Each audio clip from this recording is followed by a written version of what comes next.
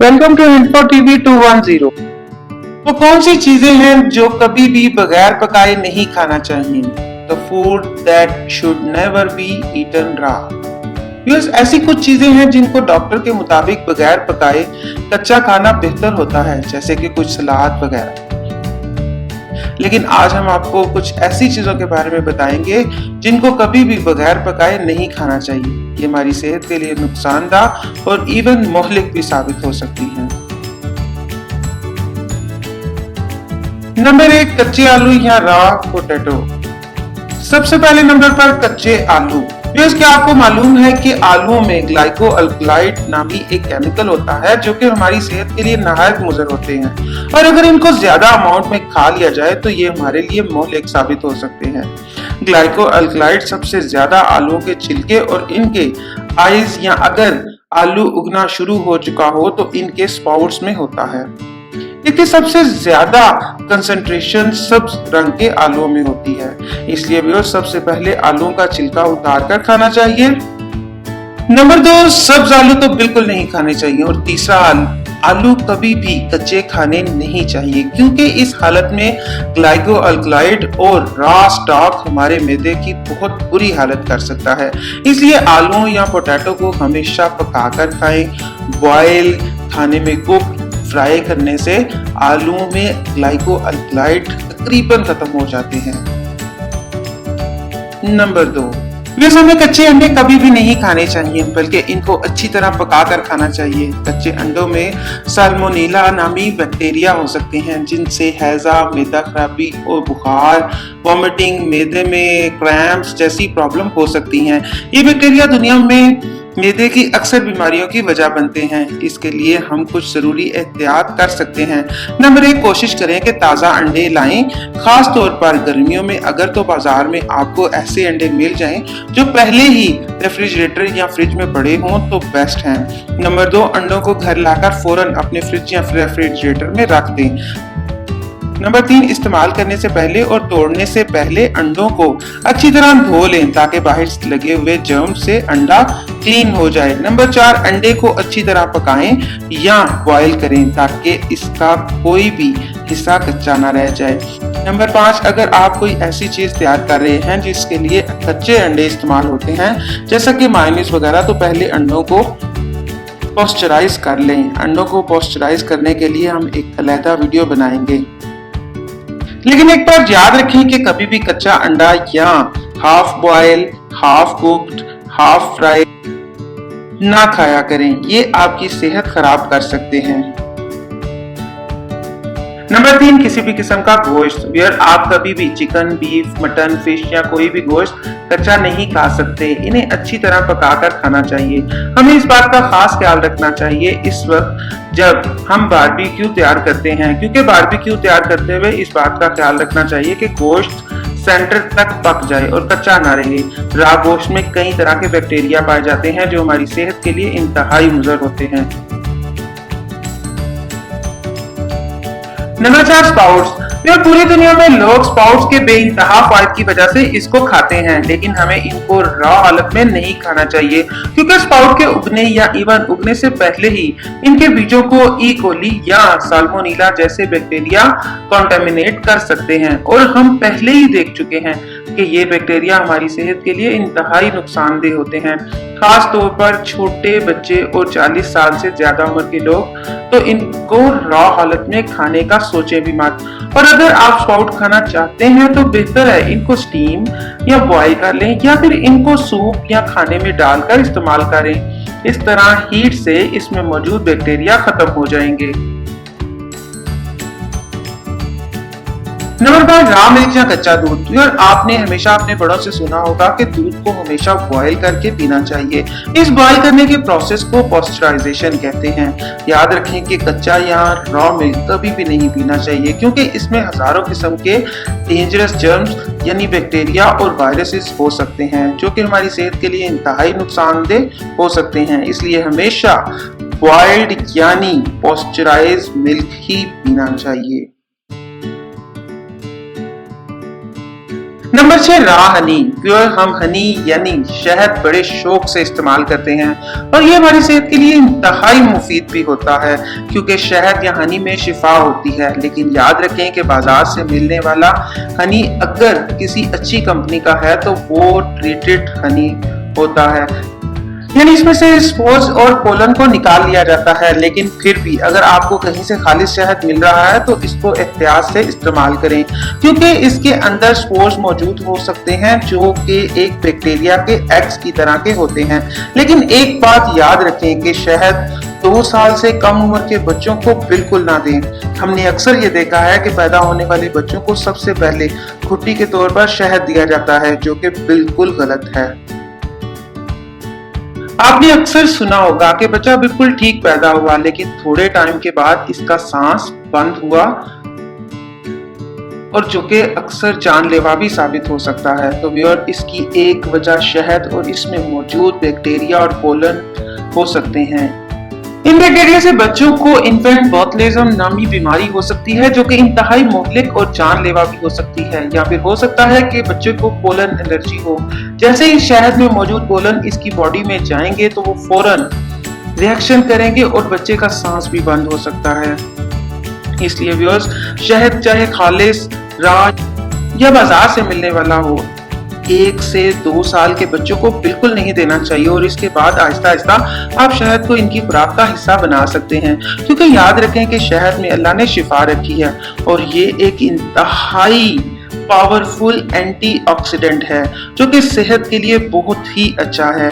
इसके अलावा ये कैंसर से बचाता है और इम्यूनिटी भी बढ़ाता है। लेकिन 1 से 2 साल के बच्चों के लिए और इन लोगों के लिए जिनको पोलन एलर्जी है या इसी किस्म की कोई एलर्जी है तो फिर हनी का इस्तेमाल काफी खतरनाक हो सकता है, खासतौर पर रा हनी। नंबर 7 कच्चे चावल या रा राइस। व्यूअर्स, हम अक्सर गुजरते हुए किचन से कच्चे चावल उठाकर मुंह में डाल लेते हैं और मजे से चबा जाते हैं, लेकिन डॉक्टर के मुताबिक कच्चे चावलों के ऊपर हजारों किस्म के बैक्टीरिया और वायरस हो सकते हैं जो कि हमारे जिस्म में काफी प्रॉब्लम क्रिएट कर सकते हैं। इसलिए बेहतर है कि हम हमेशा पके हुए राइस ही खाएं। नंबर 8 रेड किडनी बीन्स या लाल लोबिया। व्यूअर्स, क्या आपको मालूम है कि लाल लोबिया के सिर्फ 4-5 कच्चे दाने खाने से आप मुसीबत में पड़ सकते हैं और आपको शदीद मैदा के प्रॉब्लम हो सकते हैं। कच्चे लाल लोबिया में लैक्टेन्स नामी एक केमिकल होता है जो हमारे गैस्ट्रोइंटेस्टाइनल सिस्टम के लिए इंतहाई मुज़र होता है। इसीलिए लाल लोबिया को अच्छी तरह पकाकर खाना चाहिए क्योंकि इसको पकाने से लैक्टेन्स खत्म हो जाते हैं और लाल लोबिया पकाना भी बहुत अच्छी तरह चाहिए। अगर ये थोड़ा कच्चा रह जाए तो आपको मैदे की तकलीफ हो सकती है।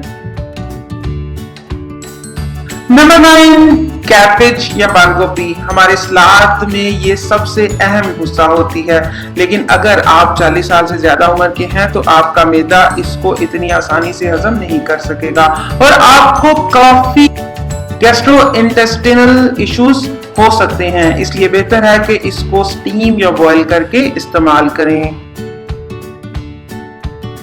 नंबर 10 कच्चा आटा या मैदा। व्यूअर, वैसे तो हम कच्चा आटा या मैदा या फ्लावर नहीं खाते, लेकिन अक्सर आटा गूंदकर या इसकी डो बनाते हुए या फिर बिस्कुट या कुकीज की डो बनाते हुए इसको चखते हैं कि ये ठीक तैयार हो गया या नहीं। तो ये हमारी सेहत के लिए काफी नुकसानदेह साबित हो सकता है क्योंकि रॉ फ्लावर में फाइटिक एसिड होता है और इसके अलावा इसमें ई कोली टाइप के बैक्टीरिया हो सकते हैं जो कि हमारी सेहत के लिए बिल्कुल भी ठीक नहीं। इसलिए रॉ फ्लोर को या इसकी गूंदी हुई हालत या डो को नहीं खाना चाहिए। इसको अच्छी तरह पकाकर जितना मर्जी इस्तेमाल करें। Number 11 wild mushrooms. मशरूम जो मार्केट से मिलती है वो अमूमन जहरीली नहीं होती, लेकिन हमें वाइल्ड यानी जंगल या खेतों में उगने वाले मशरूम नहीं खानी चाहिए क्योंकि इनमें अक्सर पॉइजनस और जहरीली हो सकती हैं और हमें इनकी पहचान नहीं होगी। मजीद बाजार से खरीदी गई मशरूम को भी कभी भी रॉ या कच्चा नहीं खाना चाहिए, बल्कि इनको अच्छी तरह पकाकर खाना चाहिए। नंबर 12 लीमा बीन्स या बटर बीन्स। ये बीन्स या लोबिया की एक किस्म है जिसको कच्चा खाने का सोचना भी नहीं, क्योंकि इनमें लीमामारीन नामी एक केमिकल होता है जो कि साइनाइड बन जाता है। और व्यूअर्स, साइनाइड दुनिया का खतरनाक तरीन जहर कंसिडर किया जाता है, लेकिन अगर इनको पका लिया जाए तो इनको खाना सेफ हो जाता है।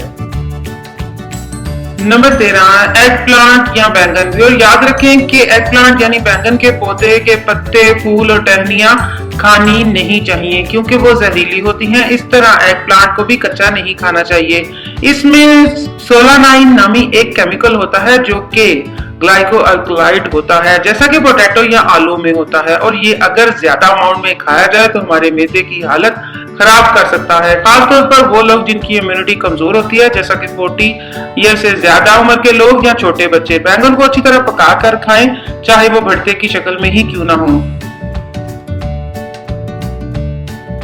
नंबर 14, बिटर आलमंड यानी कड़वे बादाम। व्यूअर्स, अगर आप बादाम या आलमंड खाते हैं तो आपके मुंह में अक्सर कोई ऐसा बादाम जरूर आ जाता है जो कड़वा होता है। तो व्यूअर्स, हमें इनसे बचना चाहिए क्योंकि बिटर आलमंड यानी कड़वे बादामों में प्रोसिक एसिड पाया जाता है जो कि साइनाइड ही होता है। और ये हम बता चुके हैं कि साइनाइड दुनिया का जहरीला तरीन पॉइजन में से एक है और ये हमारी सेहत और मैदे के लिए बिल्कुल ठीक नहीं।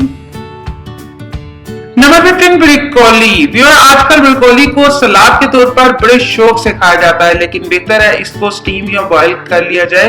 एक तो इससे ये चांस खत्म हो जाएगा कि इसके बारीक बारीक गुच्छों में कोई बैक्टीरिया ना रह गया हो, और दूसरा इससे हमारे स्टमक को हजम करने में भी काफी मदद मिलेगी। नंबर 16, ग्रीन बीन या सब्सफलियां। ग्रीन बीन या सब्सफलियों में लैक्टिन नामी एक केमिकल होता है जो बहुत ज्यादा अमाउंट में पाया जाता है, इसलिए इनको हमेशा स्टीम, बॉयल या अच्छी तरह पकाकर खाना चाहिए और राह हालत में नहीं खाना चाहिए। इससे हमारे मैदे को काफी प्रॉब्लम हो सकती है और हमें कई तरह की गैस्ट्रो इंटेस्टिनल प्रॉब्लम फेस करना पड़ सकती है। तो आखिर में एक और बात आप बहुत ध्यान से जानिएगा कि किसी भी किस्म की सब्जी या सलाद या फ्रूट खेत में उगने के बाद इसको धोया जाता है, लेकिन ये धोना जरूरी नहीं साफ पानी में ही हो। इसके बाद इनको मार्केट में लाया जाता है और अक्सर ये गंदे पानी में फ्रूट वगैरह धोया जाता है। इस दौरान इन सलाद के ऊपर हजारों लाखों किस्म के जर्म्स लग जाते हैं, इसलिए जैसे ही कोई सब्जी या फ्रूट या सलाद बाजार में हो फौरन इसको अच्छी तरह धोएं। बेहतर है धोते हुए इस पानी में 1-2 चम्मच सिरका डाल लें, इस तरह हार्मफुल जर्म इसमें से खत्म हो जाएंगे। और अगर फिर भी मजीद एहतियात करना चाहते हैं तो बेहतर है कि सलाद को पहले थोड़ी देर के लिए स्टीम कर लें या बॉयल कर ले। इस तरह एक तो वो हमारे मैदे में हजम या डाइजेस्ट आसानी से होंगे और दूसरा इन पर से हार्मफुल बैक्टीरिया भी खत्म हो जाएंगे और हम काफी बड़ी बीमारियों और मुसीबतों से बच जाएंगे।